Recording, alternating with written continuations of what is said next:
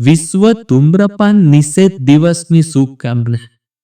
Sorry, આ શબ્દ ખોટો કહેવાઈ ગયો। આ દિવસની શું શુભકામના આપવાની હોય?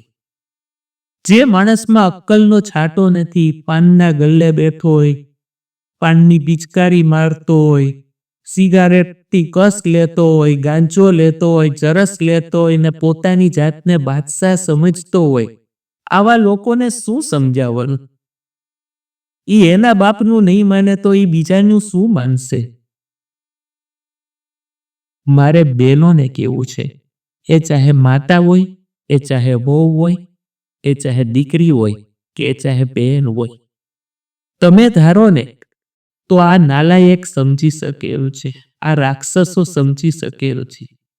આપણે એમનું જીવન બચાવવું છે, કારણ કે એ કોઈનો ભાઈ છે, એ કોઈનો પતિ છે, એ કોઈનો બાપ છે, એ કોઈનો દીકરો છે। એ કેમ બચશે? હું તમને એક ટૂંકો રસ્તો આપું છું। આવા વ્યક્તિઓ અગર ધૂમ્રપાન કે અનેક પ્રકારના જે વ્યસનો છે એ અગર ન છોડે ને તો આવા રાક્ષસોને ઘરની અંદર પ્રવેશ ન આપવો જોઈએ।